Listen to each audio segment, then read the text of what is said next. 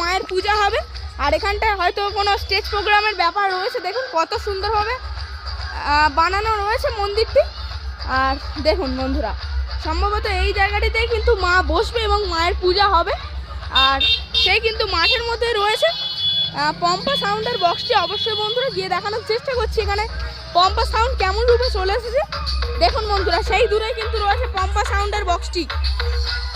আর সেখানটায় দেখতে পাচ্ছেন স্টেজ করা রয়েছে বিভিন্ন আনুষ্ঠানিক প্রোগ্রামের জন্য।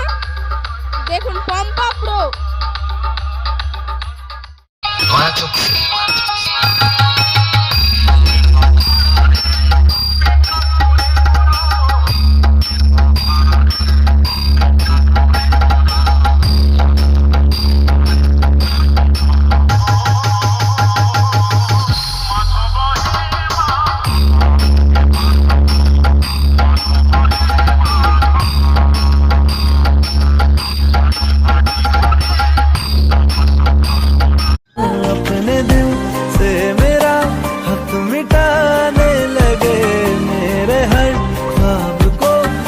ভিডিওটা কেমন লাগলো শেয়ার করবে, কমেন্ট করবে, লাইক করবে।